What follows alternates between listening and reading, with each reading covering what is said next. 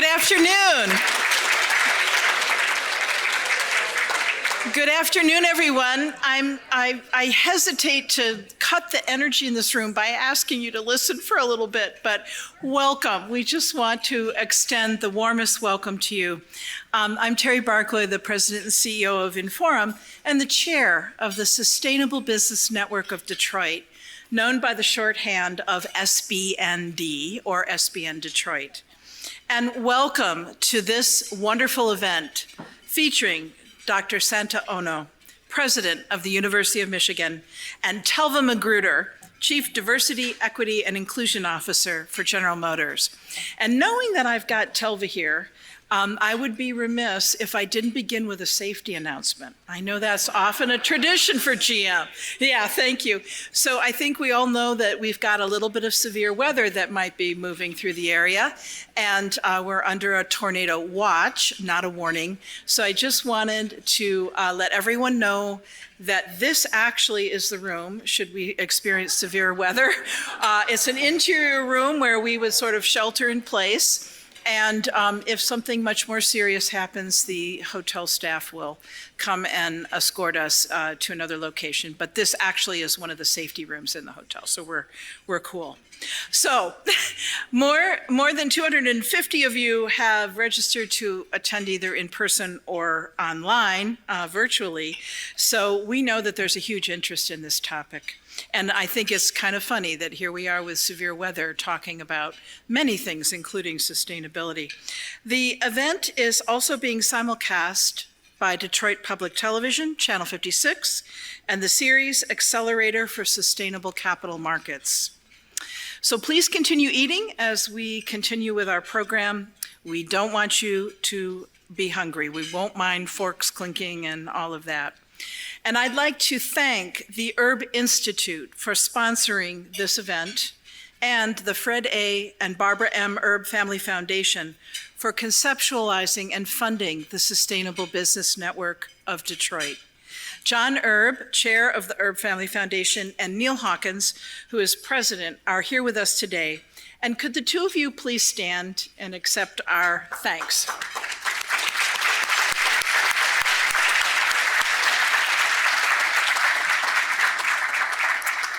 Thank you, Neil and John, and all of the Erb family for all that you do to support and improve Michigan's environment and natural beauty. SBND is a collaboration that launched in 2021 by, is a collaborative that launched in 2021 by the Erb Institute, Techtown Detroit, Wayne State University, and the Southeast Michigan Sustainable Business Forum, Inforum, and the Erb Family Foundation. So today, our leadership at SBND, our leadership committee has grown and is represented by over 24 leaders in sustainability from around the region. So if you are here today and a member of that executive steering committee, would you please stand so that we can recognize you? Come on, I know you're here.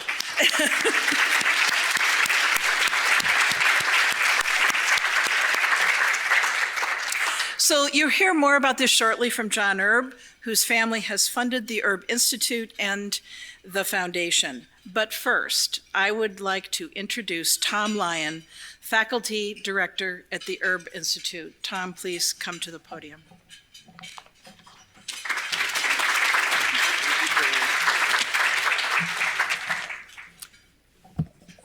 Good afternoon. It is wonderful to see you all out here. My name's Tom Lyon. I'm the faculty director of the Erb Institute for Global Sustainable Enterprise at the University of Michigan. We're delighted to serve as the lead sponsor for today's event. For those who are not familiar with us, let me just tell you a little bit about the Erb Institute. We're a unique joint venture between the Ross School of Business and the School for Environment and Sustainability at University of Michigan. We celebrated our 25th anniversary last year, so we've been at this for a long time. Yes, sure, clap. As I think you already realize, we're named in honor of Frederick A. and Barbara M. Erb, the generous donors who've made this institute possible. We will forever be in their debt. We're also deeply grateful to John Erb and Neil Hawkins, who have been staunch supporters of our work since the very beginning. We have a simple, if not easy, mission to create a sustainable future through the power of business. We pursue that mission through three main pillars: research, teaching, and business engagement. Today's event highlights our business engagement efforts. We organized the Michigan Business Sustainability Roundtable, which brings together the chief sustainability officers of the biggest companies in the state of Michigan, including General Motors, Dow, Ford, Whirlpool, and many others. We've been a key partner in the creation of the Sustainable Business Network, which seeks to include businesses of all sizes in global sustainability leadership. And we run executive education programs in various aspects of sustainability. I believe we here in the state of Michigan stand at a very powerful juncture. Ours is an iconic state. We're the Great Lakes state, shaped by our fortunate position at the heart of the world's greatest freshwater ecosystem. We're the state that created the middle class, offering good jobs for working people in the heart of industrial America. And when our country faced the threat of fascism in the middle of the 20th century, we were the arsenal of democracy that enabled the US and our allies to beat back Hitler. Today, I dare to say we stand at the cusp of a new era of possibility for our great state. Downtown Detroit crackles with energy. New businesses around the state are flourishing. Our independent election commission is a beacon of light for other states seeking to undo partisan gerrymandering. We're a state that's not afraid to elect strong, smart women to leadership roles.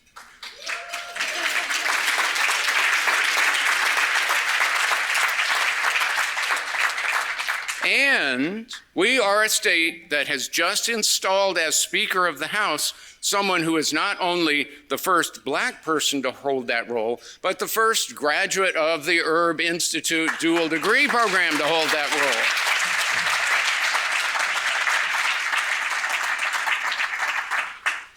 You guys are a great audience. Standing proud on our history and our recent achievements, we have the opportunity now as a state to lead in one of the most important grand challenges confronting our world, the transition to a clean energy economy. Not only do we have the opportunity to lend our manufacturing expertise to the needs of the future and the planet, we have the opportunity to bring together our outstanding businesses, universities, and government in the service of a sustainable future, led from right here in Michigan. But I don't mean to be parochial. We need sustainability-informed leaders in sectors and regions all around the globe. That is why the Erb Institute is leading efforts in executive education to help board members and C-suite executives understand how to enable the transition to a sustainable future. We're delighted to be working with Ceres, a leading nonprofit advocate for sustainable capital markets, to create a new executive education program entitled Building Board Expertise on Sustainability. The challenge to think globally and act locally is just as relevant today as it was 50 years ago, and the issues grow more urgent every day. Now is the time to step forward and offer solutions to the grand challenges we face. I believe both our state and the University of Michigan have a crucial role to play in that process, and I very much look forward to hearing President Ono's vision for U of M's sustainability strategy. Thank you all for being here.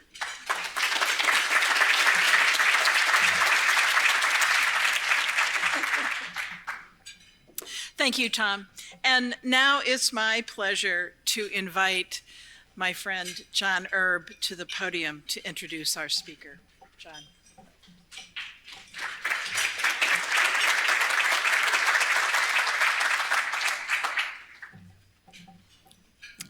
Thank you, Terry. Thank you very much for the introduction. Good afternoon, everyone. I appreciate your commitment to sustainability through Inforum and SBN Detroit. It's been fantastic. I'm thrilled that you brought together so many important stakeholders today We are here because we care about ways of working for the future and balancing the needs of the people, the planet, and the economy.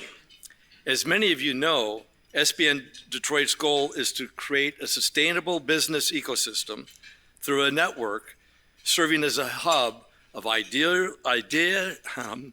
sharing, programming, content, and mentoring.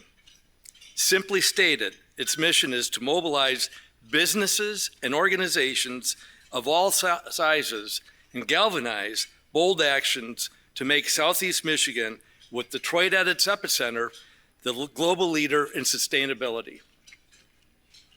We at the Erb Family Foundation celebrate SBN Detroit. It's great work. This embodies a subject matter that the foundation and my parents held very close: sustainability. A quick family history. In 1947, my father, Fred Erb, earned a business degree at Michigan. After graduation, he joined his uncle, Louis Erb, at the Erb Kidder Lumber Company in Royal Oak. After he took the helm, my father grew the business from a single location with $170,000 in sales annually with 7 employees to a company with 45 locations in multiple states and 1,300 employees and sales of more than $300 million when we sold the business in 1993. 26 years ago, at the University of Michigan, my parents endowed the Frederick A.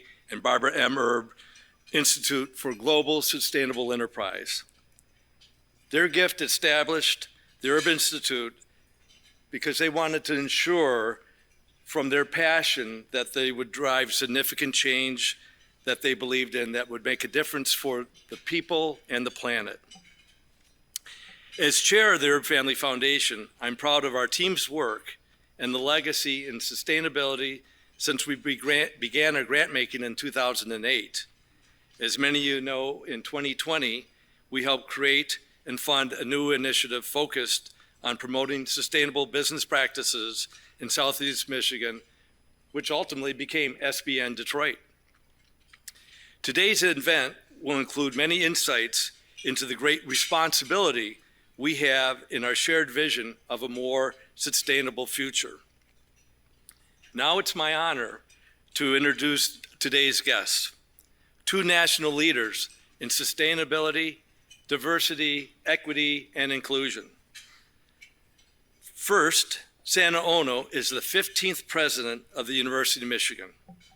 He joined Michigan in October after serving president of the University of British Columbia for 6 years. Before that, he was the president of the University of Cincinnati. He spent his career at research universities, including Emory, Harvard, Johns Hopkins, and University College London. President Ono is an experienced vision researcher whose work in experimental medicine focuses on the immune system and eye disease. He's also an accomplished celloist and has played with the University of Michigan's orchestra already. He holds degrees from the University of Chicago and McGill University. Wasting no time, shortly after he arrived in November, he announced Michigan would be the lead university of the University Climate Change Coalition, also known as UC3. UC3 is a coalition of 23 universities across North America, which he led while he was at the University of British Columbia. He is the right person at the right time to lead our country's leading research university. Next, Telva McGruder will moderate today's conversation. She has been Chief of Diversity, Equity, and Inclusion for General Motors since 2006. She previously led facility engineering for GM Global Footprint and facility management strategy for North America's manufacturing facilities. Early in her career, she held positions of increasing responsibility and influence at several manufacturing locations. She motivated teams to rethink project execution from maintenance and quality to operations and labor negotiations. Telva earned her bachelor's and master's degrees in electrical engineering at Purdue University. Now, Telva is going to moderate the conversation. So Telva, could you just stand up now, because you're not going to be coming to the stage right yet. This is Telva.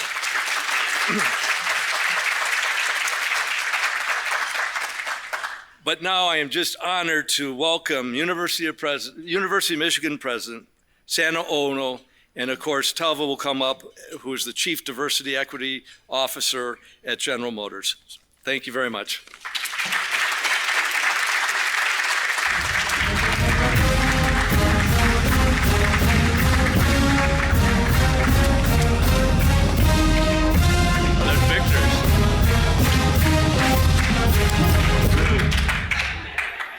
Thank you so much, John, for that warm introduction and the foresight of you and your family in establishing a powerful force here at the University of Michigan, but also globally. It is something that will be a legacy that will have a profound impact on this region. I'm also grateful to you and Neil Hawkins for graciously inviting me to speak with you today, this entire incredible audience, and your tireless support of the University of Michigan. Let's hear it for John.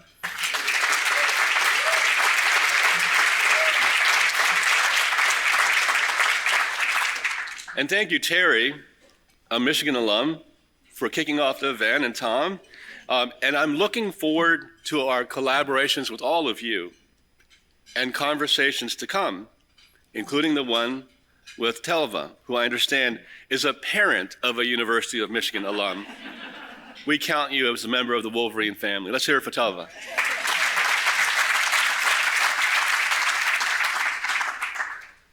This is incredibly exciting. I had a chance to meet with many of you before today's event, and each and every one of you, each and every one of us is going to be indispensably important in responding to the biggest challenge that our society has faced, the most difficult existential challenge above all that we've ever seen, including the pandemic. So really grateful for the organizations that have brought us all together here. We're engaged with your organizations, and we want to ramp up that collaboration with these organizations and each and every one of you. It's really wonderful that there are educational institutions here in K through 12 and also our peer institutions. We have to come together like never before to solve this climate emergency. I'm grateful that Inforum is a leader in accelerating careers for women and in removing barriers that stand in the way of their opportunity. And I can tell you that at every institution I have served, it's the women of the organizations that have played, in many cases, pivotal roles in catalyzing the kind of activity and change in culture that we need. Let's hear it for women here.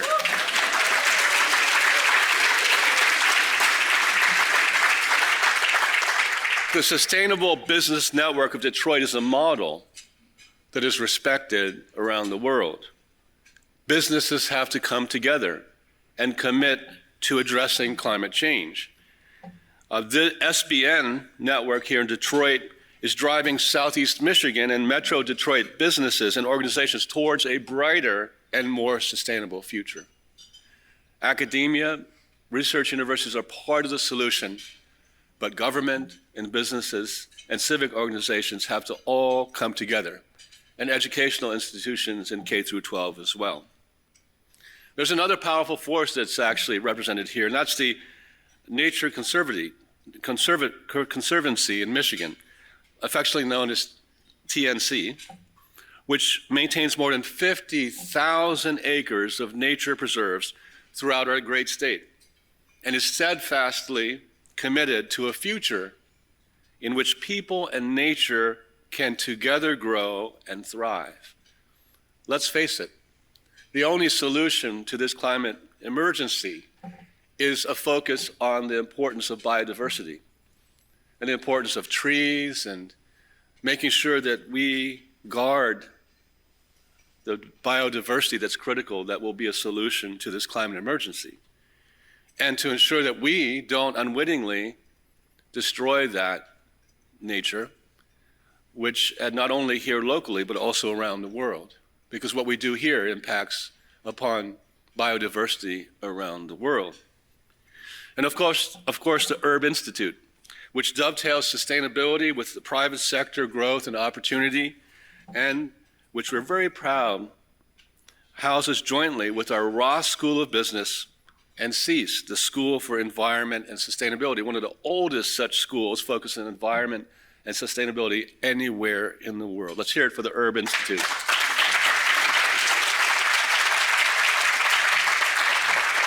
And none of this would have been possible without the visionary leadership of Fred and Barbara Erb and the Family Foundation, which has been advancing an environmentally healthy and culturally vibrant Great Lakes region.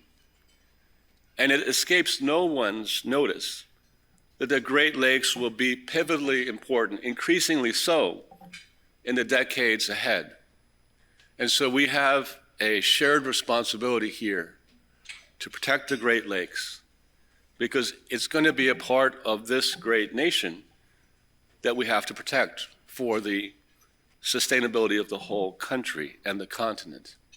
It's something that we have to do together with our colleagues north of the border, and we will do so with institutions such as the University of Toronto and the University of Windsor.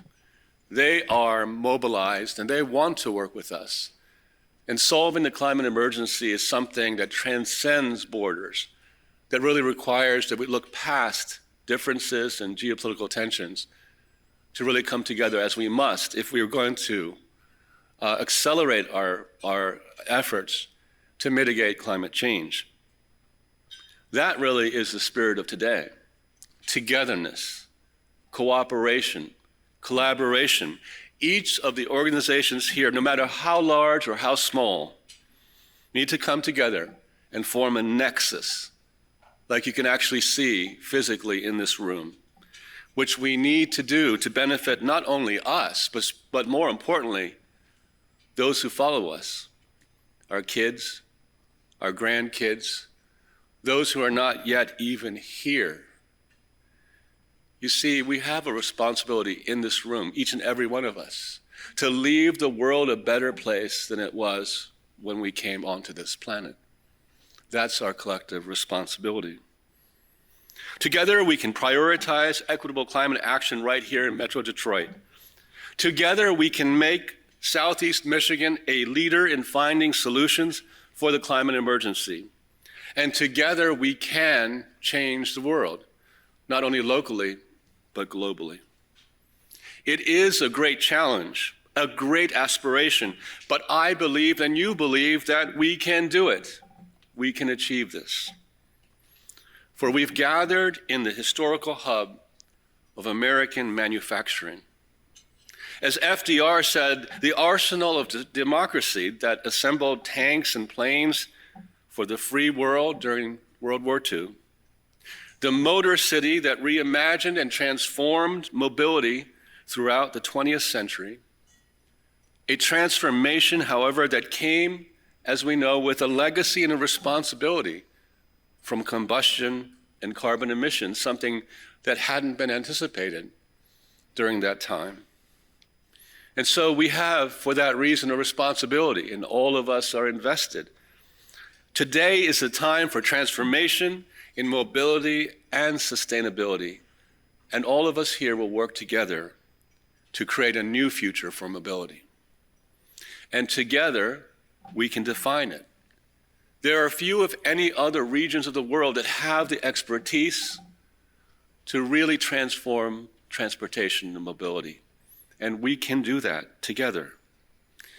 For the innovative strategies that we develop here will be applied around the world. Just yesterday, I was with international leaders on superconductors and chips that are going to be essential for many of the industries that are represented here, that are economic engines in the state and this region.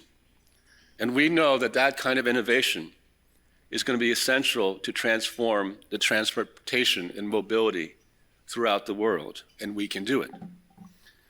The University of Michigan, I can tell you, is going to accelerate our involvement. We will take bolder steps to address the climate emergency. It is a crisis that affects us all, but not equally, and we are very cognizant of that. Our planet is growing warmer and warmer. Our natural environment is deteriorating. Billions of species of wildlife are being lost in a matter of weeks with heat domes and other abnormalities that we have seen firsthand. And the frontline and fence line communities are bearing the brunt. And parts of the world that are least responsible for climate change are bearing the brunt of the impact of global warming. And so at the University of Michigan, we are going to build on our legacy of scholarship and research leadership in addressing the climate emergency. University of Michigan was the first U.S. university to offer classes in forestry in 1881, only 70 years after the founding of the university. And in 1970, students played a critical role, and some of you might have been there. The activism continues today, I can tell you. It was called the Teach-In on the Environment, which coalesced into what we all know and love and now appreciate, because students often know what is needed before the adults. It's now called Earth Day. How they realized how important that was. And in the early 90s, the university played a key role in advancing environmental justice as a formal discipline. And we need to double down and support those sorts of interdisciplinary activities if we're going to be responsible for what we have created with our work. Today, we are building on initiatives that spur multidisciplinary innovations toward climate action, like the Graham SustainabiliD Institute, the Institute for Energy Solutions, the Tishman Center for Social Justice and the Environment, MI Hydrogen, and especially important to us in this room, the Erb Institute. We have many of the pieces that are necessary to be a leading global force. We need to just connect the dots, and we will. If you look at our own carbon footprint in operations, we're working towards carbon neutrality, and we are accelerating that by years, if not a decade. On our 3 campuses, all of the campuses need to be involved, not only Ann Arbor, but Flint and Dearborn. And I can tell you that I have visited all 3 campuses, and there are very passionate, creative faculty, staff, and students on all 3 campuses that have to come together to be part of the solution. And Michigan medicine being a very large footprint that is growing as we speak, and athletics are mobilized to be part of the solution as well. We will procure 100% of our purchased electricity from renewable sources by 2025. We announced that just a few months ago, and that's acceleration. We will eliminate, not offset, because offsets are hand-waving. We will eliminate all of our greenhouse gas emissions from direct campus sources by 2040, if not earlier. That's an acceleration of the recommendations of the PCCN report. We're developing new geothermal systems aggressively to heat and cool our buildings, incorporating sustainable building standards in new construction, everything that we build, renovation projects, and integrating carbon neutrality into our campus master planning efforts. We will expect that our buildings are LEED Platinum, not LEED Gold, LEED Platinum. As you heard about a month ago, we are also seeking 25 megawatts in our on-campus solar power installations, which will be among the most ambitious at any university on this continent. And we will collaborate closer, as we should, with not only Ann Arbor, but Flint and Dearborn in our efforts. The total electricity generated would be equal to the power consumed initially by approximately 3,000 homes a year. That's how we hope to lead with our own example with the campus as a living lab. Concurrently, we're in the midst of a national search for one leader that was recommended by the PCCN report, that President's Commission on Carbon Neutrality, PCCN. Initially, that called for a chief sustainability officer, but we realized that one person is probably not going to be enough. I had 3 experts at the University of British Columbia because there's a lot of heavy lifting that we have to do. We have to focus on the campus as a living lab. We have to focus on injecting resources into renewable energy and research in terms of transformation of transportation and mobility. And we have to engage much better with citizens of Detroit, Ann Arbor, Flint, and Dearborn. We need to engage more with educational institutions, and we have to work together with the other universities in this region. Too much work for a single individual. And so I turned to the deans and other leaders across the university and asked them to come back to me with a bold vision for how we can serve this region and the world, this nation, better. And they came back with a proposal for a new university-wide structure designed to elevate and unite climate education, research, and community engagement. We plan to do all 3. On our 3 campuses, we're learning from our 800 plus, now 800 plus. When I arrived, it was 760. We now have 800 plus sustainability faculty members and 100 plus student organizations focusing on the environment. They are passionate and they meet with me every month. We have 8,000 Planet Blue ambassadors working to advance sustainability in their studies, work, and the lives of all of those in Michigan and beyond. Like I said, students are often 5 to 10 years ahead of faculty. And they came to me and they said, we're going to hold your feet to the fire, Ono. And I said, you should do that because you're right. This is a climate emergency. As we do so, it's critical that we ensure that our strategies are just and equitable and that we understand that meaningful climate action is linked with public health. And I can tell you our Dean of Public Health knows that a focus of that school must be the impact of climate change on public health, not only locally, but globally. Just turn on the TV and see what's happening around the world. And like I said, those who are most impacted are least responsible for what is happening. And we have a responsibility not only for our public health, but for public health around the world. Because if we don't address it, it will become everyone's problem. Meaningful climate action begins at home. And in 1817, the University of Michigan, as you know, began as a small building on Cadillac Square in downtown Detroit. Mayor Duggan liked to show me exactly where the University of Michigan was founded. And he rightfully said to me, challenging me, saying, you have a responsibility for Detroit. And he's right. Over the last 2 centuries, 206 years to be exact, our engagement with the city has continued, ebbed and flowed. But we're going to be back. We're going to engage more, not only with Ann Arbor, Dearborn, and Flint, but Detroit as well, where the university was founded.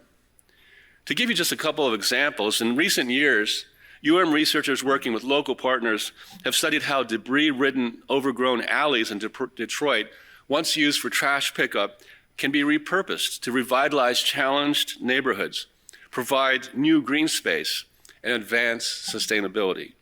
We owe it to Detroit. The Water Center, which was established with a generous support from the Erb Foundation, has partnered with the state of Michigan to assess the condition of water services across the state. It's a vital initiative since all of us need safe, affordable, and available drinking water and sanitation services. With their findings in hand, researchers are offering important data for Michigan policymakers in their efforts to strengthen the wellness and wholeness of the state. And for those of you from the Nature Conservatory, the Detroit Riverfront Conservancy, which is led by a University of Michigan alum, had an essential role in creating the Detroit Riverwalk. If you haven't walked it, you should. The Riverwalk transformed that part of the city was voted the best river walk in the country 2 years in a row by USA Today, and now sees 3 million visitors each year. And they all learn about the importance of nature conservancy. At M City, you got to visit it if you haven't, we're leading the mobility transformation that I talked about by bringing together not only University of Michigan researchers and experts, but also partners from industry, other universities, other nations, governments, to test the performance and safety of connected and automated vehicles, autonomous vehicles as well. This is something that is bringing attention not only from across the United States, but around the world, living up to our commitment to innovating and transforming transportation and mobility. M City is also leading our efforts on the Michigander EV Scholars Program, a pilot project funded by MEDC's Talent Action Program, whose goal is to connect engineering and computer science students potentially interested in EV and mobility careers, and there are a lot of students that want to be involved in this, I can tell you, from the flood of applications to the university, with companies looking for talent. We want to do this with Michigan State and Michigan Technical University because we need to partner to meet the demand that there is in terms of interest from students, but also in terms of providing talent to fuel the automotive industry and allied businesses that are going to be required for us to meet the demands of transforming transportation here and globally. In addition, we're creating the Michigan Electric Vehicle Center on our Ann Arbor campus thanks to $130 million in support from the state of Michigan, of which we're very grateful.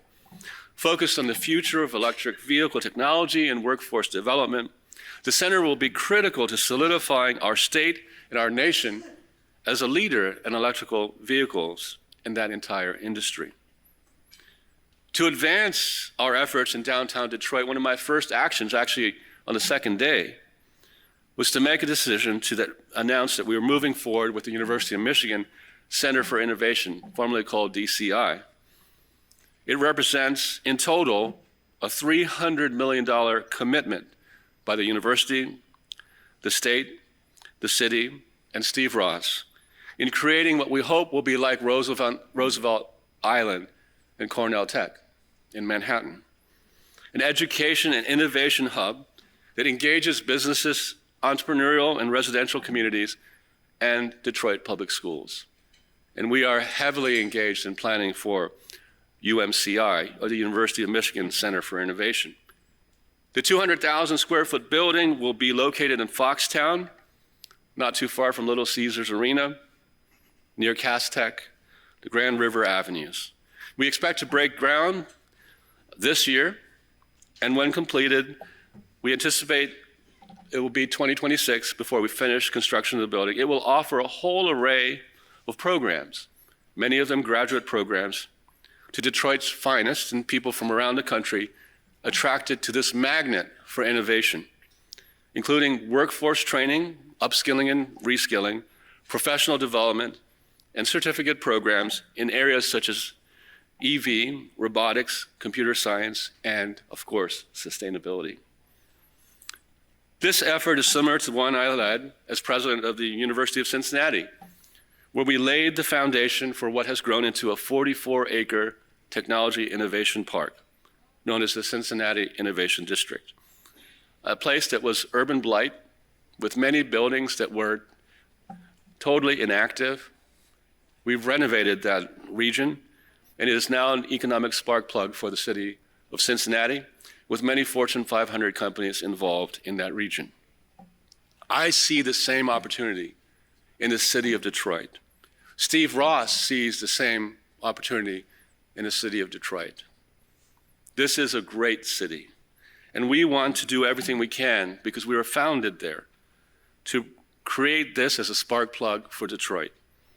And we hope that the center will advance economic development and job opportunities and job attraction, and to drive prosperity for the city and for the state, hopefully changing neighborhoods and transforming lives, and uplifting the educational opportunities in the city of Detroit.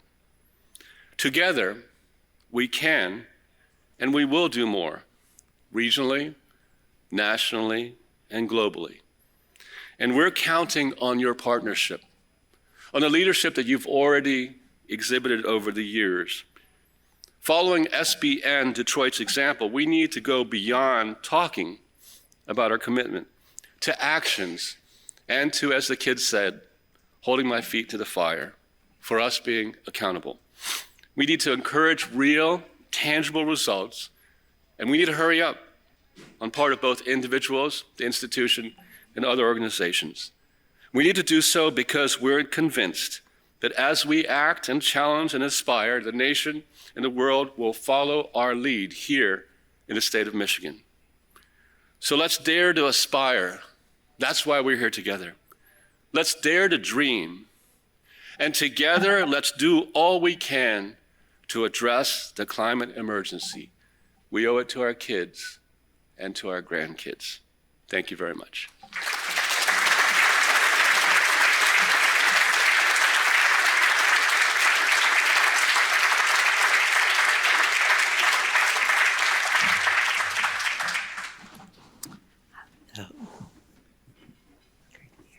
Hello, everyone. That was a mic check. So it worked. It's great to be here with all of you. And before we get going, I'd like to remind you to look at that little tent on your table. You have the opportunity to submit questions for our conversation with Santa this afternoon. And so go ahead and scan, get into Slido, and submit your questions. And I have a wonderful piece of technology here that will allow me to see them. You also have the opportunity to like the different comments, so the ones that are more popular may be more likely to get asked. So use the technology. It's great to be here with all of you this afternoon. And I'm very honored to be here with you, Santa. I'm honored to be here with you. Does this work, by the way? It works? Does. Okay. Mic check. Yeah. And so many colleagues from across Michigan that are invested in the sustainability journey in our state and for far beyond our state. There is so much expertise in this room, so much passion, and so much commitment. It's a really proud moment. So while we're waiting for some questions to come in, I'm going to start with one. You hit on so many great topics today. And one thing you talked about was all of the institutions that exist at the university that are part and parcel of the sustainability journey. 800 faculty, many students are ambassadors. But you talked about connecting the dots. And as was mentioned, as Terry mentioned at the beginning, we had tremendous energy in this room. One, from seeing people that we know and are working with, but also because we're excited about this conversation. It's really interesting because when you have a lot of people that have a tremendous amount of expertise that are working on something that is really hard to accomplish, sometimes it's hard to connect those dots because people have the particular things that they think are most important and that they think, must have the higher priority. And what are your thoughts as the leader at the university, how to bring all of that expertise together and do it as seamlessly as possible so that progress can be made? Well, that's an excellent question. And mentioning the different parts of the puzzle that already exist at the University of Michigan illustrates the opportunity and the challenge. One of the secret sauces of the University of Michigan, when I talk to a number of presidents around the country, is they say, the reason why it's so strong and has 110 programs in the top 10 is that it's decentralized. Mm-hmm. That each director and dean and department head has the autonomy to dream and to be bold on their own. And that's something we don't want to lose. And that's something that I've been very clear within the institution that it would be inappropriate for me to micromanage what happens in each of these great institutes. That's a recipe for failure. But there's also clearly, and it's coming from within the university, from students and faculty and deans, a realization that we need to collaborate form connections, new connections. There's tremendous synergy and collaboration already at the university. But there's also a realization that there's an urgency and we have to be more strategic and come together more than we are even now. And so that's happening organically. The reason why I gave a charge to the deans and then backed away and see what they came forward with is that I wanted to see if they were motivated to come together. And they came forward with a very bold proposal. And we're going to invest in that proposal in a variety of ways beyond what was recommended in the President's Commission on Carbon Neutrality, the PCCN report, asking for one chief sustainability officer. We're going to do much more. So it is definitely something which is an opportunity and a challenge, but I got to tell you that the faculty, the leadership, academic leadership, the deans, directors, and the students of the institution have really wowed me with their collaborative spirit. So the stars are aligning, I would say. Yeah, that is super exciting. And I think, I have the opportunity to work with Dean Overpeck in the School for Environment and Sustainability, and the message that the messages that he shares are about the deans coming together, about the conversations that are lightening and that are helping to advance the collaboration with many of the companies that are here in the room. Well, he was there a decade ago. The rest of the university is catching up. So. I agree. That's super exciting. But what you just said, there's a great follow-on question here about how can companies and organizations here today connect with and augment the efforts that are going on at the university? So as the momentum, the acceleration continues at the university, how can companies lean in? Well, the first thing I'd say is that there are already great interactions that are occurring, hundreds of them, if not thousands of them, and those should continue. This group has come back to me with a proposal on how to invest so that we can make it clearer what their front door is going to be. And that we can organize those interactions. In some cases, we're so large with 800 investigators and thousands of students involved, we're not aware of what's happening even on our Ann Arbor campus. And so that's one opportunity is sort of having a clearinghouse so we all know what's happening and identify those opportunities for synergy and collaboration within an institution. So we're going to invest in one of the recommendations that has come forward is to identify somebody that's going to work in a provost office to sort of knit it together and to be sort of a front door with the existing leaders to make sure that we have seamless communications with businesses and other organizations, other educational institutions that want to work with us. So we want to make it easier, reduce the barrier to work with Michigan. Yeah, that's great that that's come through as something that's important, and it does require investment, and it's a complex problem, but can be worked out with the investment and the focus. So that's super exciting, and I'm confident it's going to happen because we're already seeing some of the great conversations that are going to take us there. You mentioned something that's very important to me personally, and to I know many in this audience, which is this idea of equity. And the fact that as we work on our journey, as we work on becoming a more sustainable state, ultimately nation and world, we have to keep equity in mind. And of course, when we think about our mobility journey and our mobility history here in the state of Michigan, we have to do the same there as we create a more sustainable future in the mobility space. So the big question, and it's a big hard one from a person in the audience, how do we incorporate socioeconomic equity into the sustainability journey? What are some of your thoughts on that? That's something I worry about all the time. Mm-hmm. We have an effort going on. We had something called DEI 1.0 that we've just concluded that illustrates some inequities within the institution. But also we have an inclusive history project that's being led by Earl Lewis. I don't know if you know him. He's a fabulous leader, just won the President's Medal in Humanities. He's a professor and head of the Center for Social Solutions.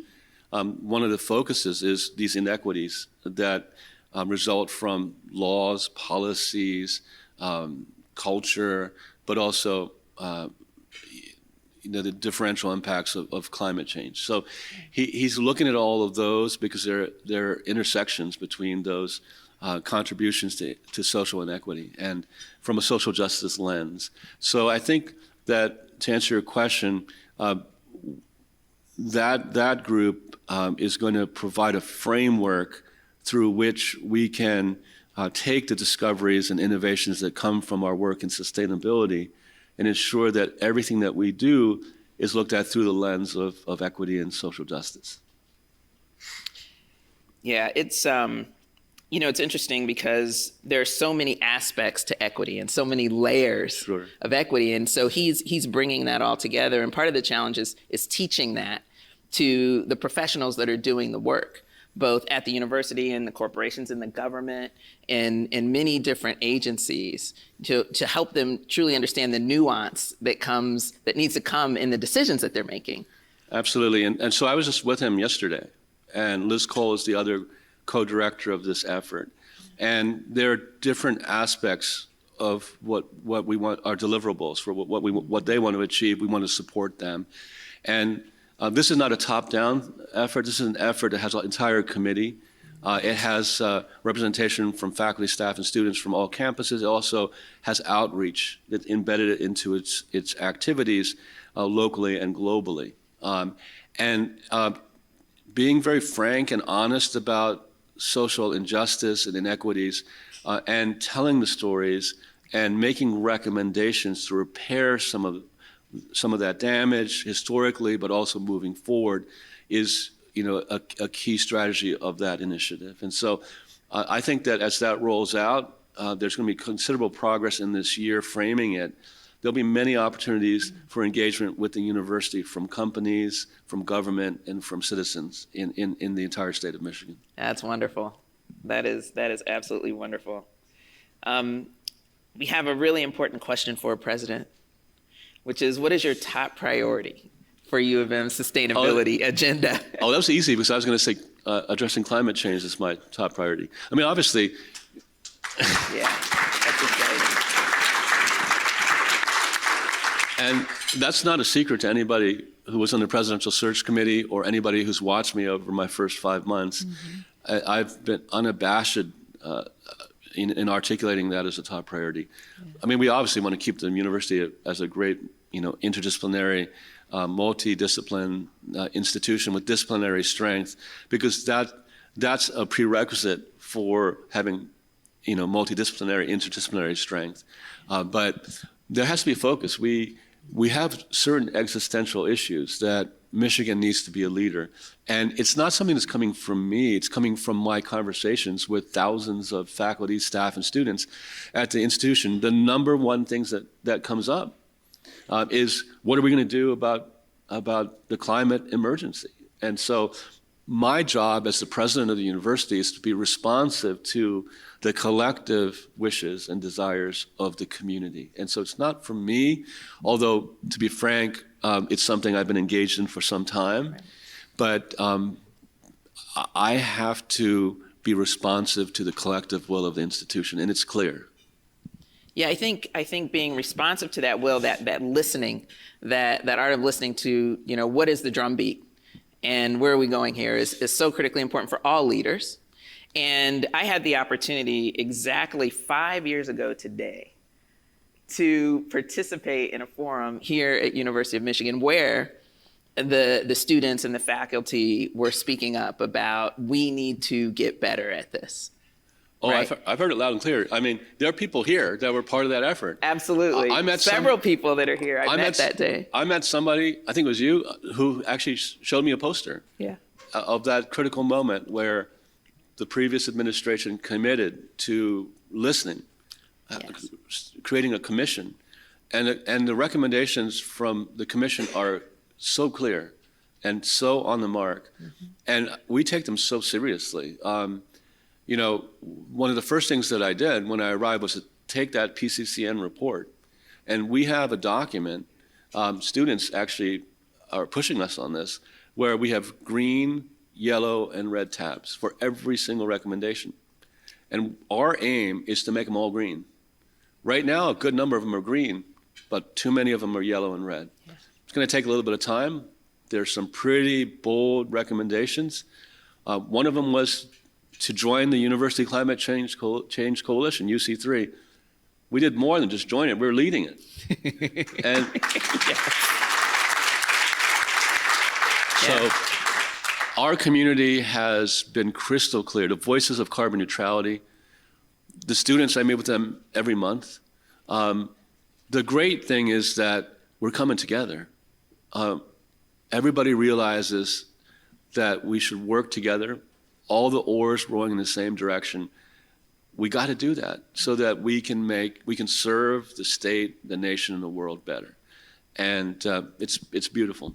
When I listened to every single Regents meeting when I was deciding whether to come here. And they have this interesting thing that I haven't seen at any other university called public comments. You probably know what public comments are. And See some grins out there. before I arrived, half of the comments were about, what are you going to do about climate change? And if you look at what's happened over the past several months, instead of having that kind of sort of adversarial relationship, there are other things that have come up now. Well, just a little bit, but that's okay. But right now, the focus has been on let's roll up our sleeves, let's work together, let's get on the same page. It's beautiful. Yeah, it's funny when, there are always things that come up. Everything is temporary. But when it comes to climate change, we know that this is not the kind of temporary that we like to work through. This is long term. This is a big deal. And this takes like true commitment. And it takes people giving up sometimes on things that they've held very dear for a very long time. Not only beliefs, but ways of doing things. And you alluded to it a little bit earlier when you're talking about all the faculty that's working in different areas that are coming together now. But when we think about, once again, connecting the dots and the university working with people in this room and beyond, one of the things we have to do is help people let go so that we can move forward. Let go of long-held beliefs. Let go of maybe what they're hearing in social channels and what they're hearing on the channels they choose to connect to. What are your thoughts as we move forward with the carbon neutrality commitments, for example, on some of the big things that we have to start encouraging communities to let go of? I think it goes both ways. Yeah. I think that mistrust of universities for a variety of reasons, and I'm not talking about University of Michigan, just in general, is at a critical point. And one of the things I said when I first arrived is leaders have to earn trust. Universities have to earn trust.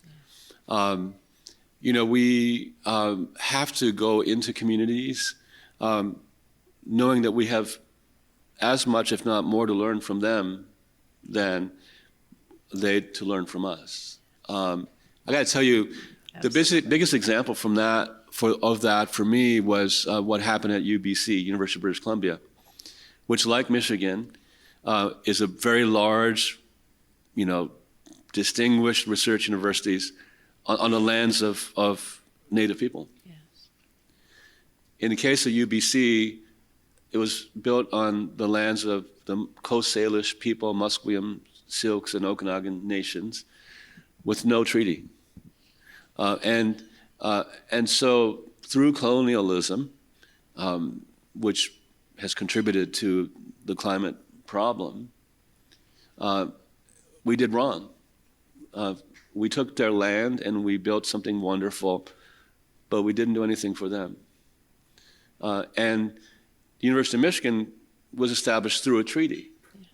But if you actually look at what have we done as an institution to our commitments when the treaty was signed, we have fallen short. And that's part of what the Inclusive History Project is about, is being truthful about what we have not done that we said we were going to do, which is the basis of mistrust. And so addressing that social inequities that we've been part of, truthfully, is a prerequisite for us to have the credibility to go out in the communities and work together. And so you also need to, in the case of British Columbia, if through progress and colonialization, we had listened to the wisdom, millennia of wisdom of the Native people, who understood for the longest time that that you have to preserve forests, that they're not just there for us to use, but they're there for the health and wellness of the planet. If we had listened to them and they wanted to tell us, we probably wouldn't have made some of the mistakes that we're making. And it's all there in their knowledge. Most of it's oral history, and that's a clear example. The same goes for Detroit and the rest of Michigan. You know, Michigan, in its historic commitment, which I'm proud of, to become a world-renowned institution, we could have done better in certain interactions. And so it's not also external organizations have to give up something. We have to give up something. We have to be more humble. We have to go in, wanting to co-create, work together, to listen. And we have to do that because we got to come together, because climate action requires not only campuses, it requires the entire city, the entire community, the entire state to come together. And so starting with trust and humility on our part, I would say, is just as important as anything external, giving up something. It's huge. It's huge. And you walked right into a topic that I was hoping we would get into later, and we're into it now. This idea that, you know, a lot of times we focus on the polarization. We focus on how different we are, but not necessarily on finding that place where we can listen to each other. You know, and it all often comes back to listening and understanding that we don't know everything. At General Motors, I talk about that a lot when we're talking about, you know, moving into the future of the electric vehicle. And I talk about the fact that we don't have all of the answers. We are really smart. We are very talented. There's a lot we do know, but we have to engage with communities to understand what do they need as we transition to this electric future. And how do we best put that in place? Because if we move forward with our expertise in standardization and manufacturing and engineering, et cetera, with many U of M grads, by the way, as we do that, we could get caught up in thinking that we know everything and not listening well enough. And then, despite our intention to transition with equity and with justice for all communities, we could absolutely miss the mark. That's what I was going to say, is that everything I said about University of Michigan is true for GM. Absolutely. It's true for Ford. Absolutely. There have been historic, I won't point anything out, because I know that we're on the same page. Yeah. That historically, GM and Ford and other companies, Toyota, have made mistakes. Right. But you know, progress moving forward will require GM letting go of how they've always done things and technologies that they've been wedded to. And so GM, just like Michigan, we have to come together and be truthful about our past, but also to be open for a new kind of future. So I agree with you 100%. Yeah. And you know, it applies to all industries. We have the electric industry here, we have construction here, we have many different sectors represented in this room. And that idea of figuring out, what do we need to let go of, or what are we so wedded to that we may need to rethink, is really important for us to truly make the progress that we're talking about in the sustainability space. Because if it were that easy, we would already be doing it. Yeah, we would already be doing it. I'll tell you, one clear example of how we have to come together is not only M-City, but also University of Michigan Center for Innovation. Yes. That's a vehicle. It's a building. We're investing in it. Steve Ross loves Detroit. He wants to, through it, create opportunities for Detroit public school kids. And so it will require you and me and the schools to come together like we've never come together before. Mm-hmm. It's going to be important for sustainability. It's going to be important for equal opportunity. And it's going to be frank, important for jobs attraction. Right. Because the companies that we interact with that are thinking of coming in to help GM be successful, help Michigan be successful, are looking at what kind of citizens are we? And so we're on the same page. Yeah. Absolutely. So, speaking of electric vehicles, we have a question here, a popular question. It says the automakers are committed to making all electric vehicles in the near future. Where do you see aircraft, trains, and other forms of transportation in the mix? This meeting, I was at this organization called IMEC, which is in Belgium, and they're remarkable. They have a $4 billion infrastructure in chips. And one of the big vulnerabilities in the United States, actually the Western world, are dependence upon chips for almost all these sectors. And the chips are becoming incredibly sophisticated. The reason why Tesla, as you know, was successful is that they had the wisdom and foresight to create their own capabilities for manufacturing chips, because these chips, even 2 nanometer ones in the future, are bespoke per sector, right? And so whether you're looking at agri-tech or whether you're looking at cars or planes or boats, the days of one kind of Intel chip are over. You need to look at price. You need to look at efficiency. You need to look at production to be able to create chips that are sophisticated enough to have embedded in them sensors, and so we're behind in that. And so to answer your question, I think that that's a clear example of how industry and universities can come together and have an impact in every single sector. To your point, it's not just about vehicles and mobility on the road. There has to be a transformation. And I got to tell you, you probably already know from GM that there are transformations occurring in all of the other transportation modalities that we can lead in. And GM and Ford and Toyota and Michigan and KLA, we can all come together in a special way to ensure that the progress that we make in the mobility transformation extends beyond the automobile, for sure. Yeah, absolutely. And I think when you look across all the mobility sectors, one thing that they have in common is municipalities.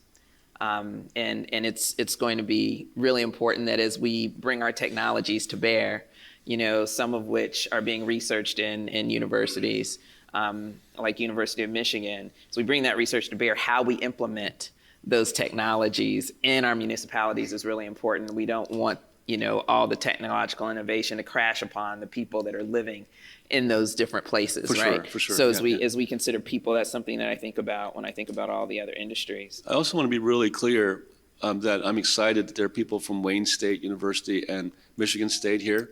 One of the things that I'm happiest about over the past 5 months is that we're getting closer to the other universities. And we have to.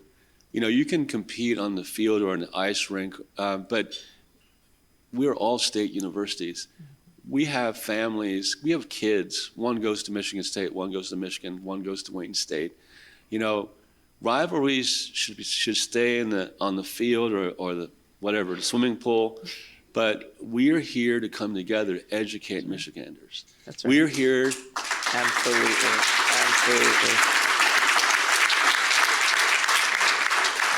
There are amazing complementary strengths at each of these institutions.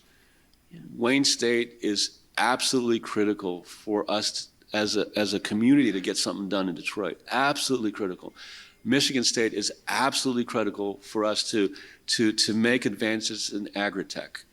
And we need to be sharing our technologies and working in ways that we've never worked before so that we can really have an impact. Yeah, I see that all the time in the work that I do. And it's really interesting because, as you know, universities produce scholars that are results of the strengths of that institution. And so when you're looking for talent and you're bringing in talent from universities, you really need to look with that intent in mind, and understand and respect that scholar is going to come with a different viewpoint depending on where they come from. And that they may come with that different viewpoint only because of the university they've been in, but also because of their background. So, people with different backgrounds end up in different places for different reasons. And so you end up with a situation where you have 5 people in the room from 5 different universities, and they're thinking about something completely differently. Yeah. And you innovate when Yeah. that happens. The other thing is that we shouldn't just focus on the research universities. And I know that you work with community That's right. colleges. We do. HBCUs across the country. Yeah. That's all part of the solution, and we can work in a different way.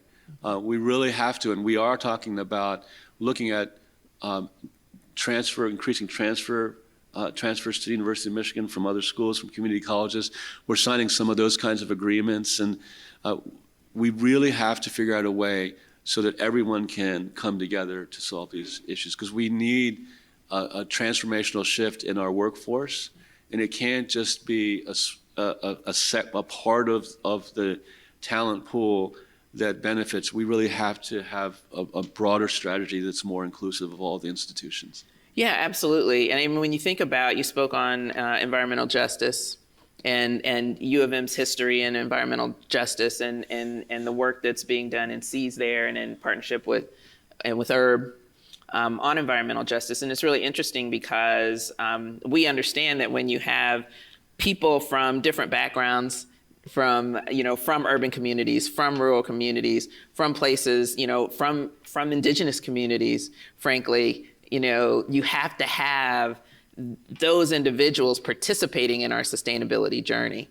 And it is critically important. One of the things that I learned very quickly when I started my journey in sustainability was there weren't a lot of people that looked like me on that journey.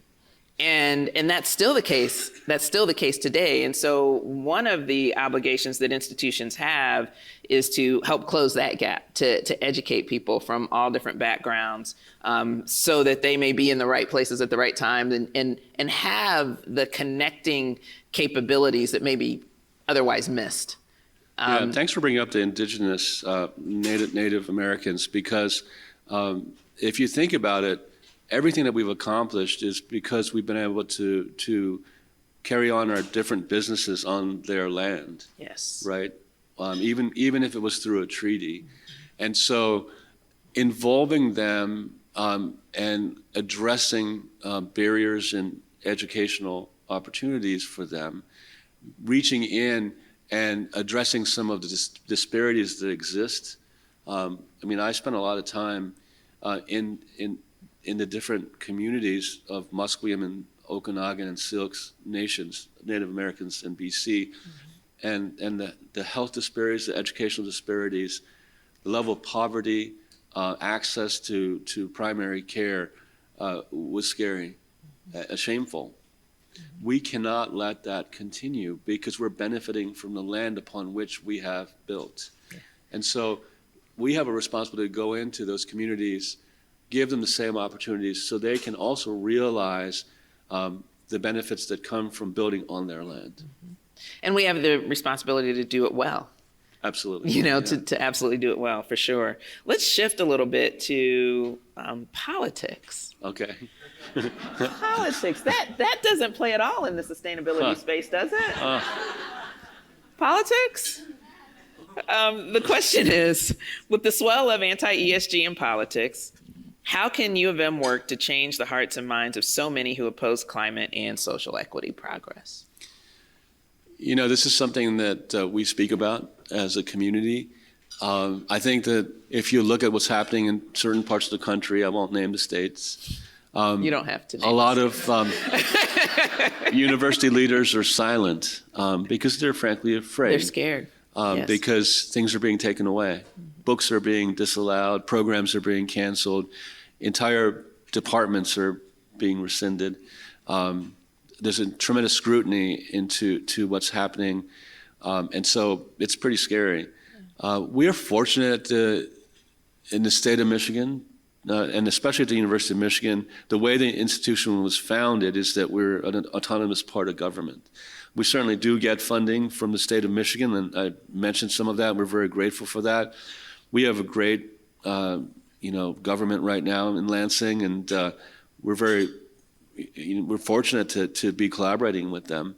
But perhaps with that comes a responsibility for us to be more vocal for the benefit of our sister organizations in other parts of this country, that are unable to speak. And for us to double down on focusing on social justice, on hopefully caring more than our fair share of work on addressing climate change. Perhaps if there are universities where it's just not possible, we need to do more. And we will. And I think it's probably important for me as a leader to articulate that in the most judicious way I can. But I'm sure you have the same dilemma, right? How are you going to? Yeah, no, it's a great question. As from a corporate perspective, and obviously I can only speak for my company, but many companies are under pressure as well, and not just on a state-by-state basis, but certainly at a federal level. And it is a matter of being, centering on what are your values, where are you really going, what are you trying to accomplish, and how do we accomplish that to some extent in spite of what's going on around us, And it does take, answering the question of where can we lean in? Where can we lean in? Not only where do we need to lean in for profitability, but where can we lean in to help ensure that we can maintain the pace of progress that we're trying to maintain, and where can we balance our strengths with other companies or other entities from a public-private perspective in order to continue to get there. And then really it also comes to listening and understanding and doing everything we can to decrease that polarization so that we can, find those paths. I want to say a couple of things that, in thinking about your question and your comments, one thing that was very clear to me, I spent some time with the Department of Energy. I spent time in Washington, D.C. talking to senators, our senators and other senators. And it's a tough job there. You have an administration, the Biden administration, that has a unit that's focused on climate action. The sense I got is that they don't have many degrees of freedom because they're in a gridlock of the national government. And I think that what that said to me is that we need to do everything we can to help them. Because if the national policy is not there, GM and Michigan and Wayne State and community colleges and high schools can do everything we can, but if it's fragmented and piecemeal, that's not going to cut it. And so we have to realize that it's very difficult to move things forward in the federal government, and we often go to them with our hands out to get appropriations and things from them. But we have to think about how we can serve the nation and be supportive of them. And I got to tell you, sometimes the most powerful way to help governments as they take on difficult challenges is for universities and companies, Fortune 500 companies, to come together. We're both members, I think, of the Council on Competitiveness in D.C. Yeah. I'm fortunate to be on the board, and that's a powerful organization because we sometimes have cabinet members and major senators with big portfolios come before us. And when we all come together, when you got 40, 50 Fortune 500 companies and the top 25 universities in the country coming together and say, we need this. You can't eliminate these measurements. You can't undo some of the things that were essential for clean water because time is of the essence. There's an emergency. We have 30 years. And when we come together with that kind of clear voice, sometimes it's very helpful for government. Yeah, absolutely. And talk about the unintended consequences that we want to avoid. Absolutely. A lot of times I think what's critical for this ESG conversation, which isn't going to be a surprise to anyone in the room, is we get stuck in this present moment and decisions are being made very nearsighted and not as farsighted. And so we often have to take that conversation into those unintended consequences and help make sure that we all understand, okay, do we really mean what we say when we look ahead? Do we really mean what we say? And when you have all the right entities in the room, or not necessarily right, but that kind of collaboration going on, you have the ability to tell the full story. Absolutely. But you're being very diplomatic when you say that I'm trying. It's being short-sighted. Let's be frank. It's either myopic or totally blind. Right on. To what actually is happening.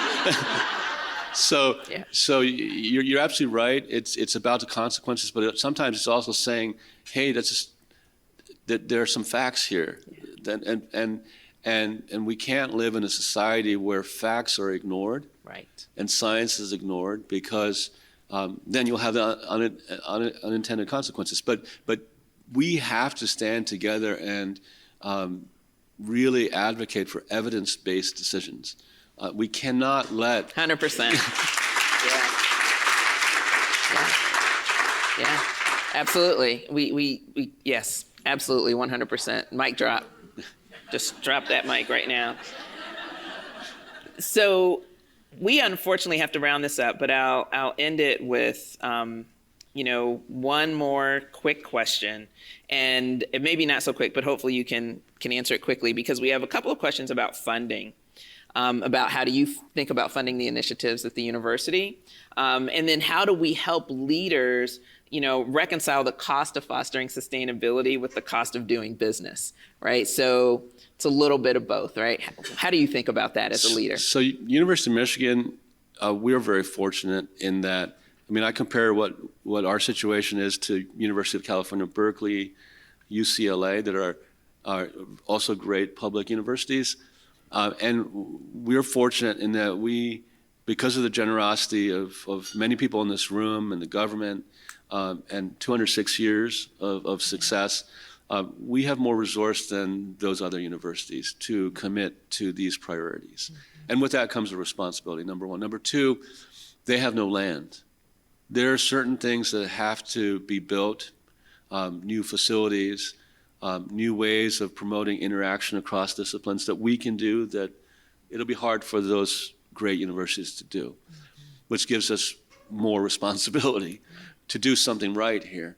So we're going through this strategic visioning process, and near the top, what we're hearing, we've been to every single school, and it's not just CEAS, but whether you're at LS&A, whether you're at SMTD, whether you're in law school or School of Social Work, number one is do something about this climate emergency, because we want to live more than 30 more years, right? And so that's a clear mandate to us.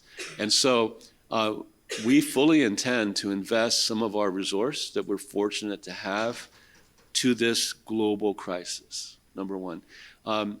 And what was the second question? That's so it was just about, as a leader, it's just as a leader, how do you balance and make some of those trade-off decisions? So once again, just like a company, this is not a bottom line budgetary decision only. It's an issue of social responsibility. It's about leaving this nation, this region, better for our kids and grandkids. That's our responsibility. It's not the bottom line, because we may actually look better on the balance sheet over the next 5 years if we don't invest in these things. But if there's no planet, what does it matter? That's right. That's right. Absolutely. So before I turn it over, I'll just say my son decided to come here in 2015, and he came to me hat in hand, kind of metaphorically, said, "Mom, I'm so sorry I'm not going to Purdue." And he explained why he wanted to come to University of Michigan. He studied aerospace engineering, and U of M is amazing in that space. And as a parent, it was easy for me to say, okay, because he thought it out and everything. But what was in the back of my mind was that when I went through orientation and when I came here to this university, what I knew was that this university would care about my son, right? And I knew this university cared about people. And this whole conversation has been about that. The future of sustainability is about the care for people, the people on this planet, the shoreways in this world. And throughout everything you've said, in both your remarks and in this in this Q&A, it's really come back to people matter. And so it's super exciting, the commitment and the level of responsibility we have to people. As a diversity, equity, inclusion leader, I'll just say thank you. And let's keep going together in partnership. Thank you. Absolutely. Thank you, everybody. Oh, is this great?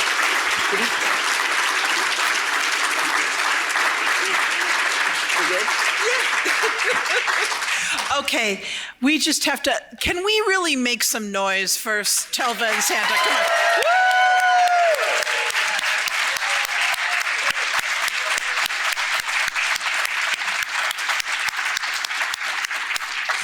I just want to thank you, Santa and Telva, for being so candid and so real and being with us today, making the time for this. And just another shout out to the Erb Institute and the Fred A. and Barbara M. Erb Family Foundation for making this possible. Thank you. So we have more work to do, and we know that we're going to do it together. So thank you. Be safe on your next destination.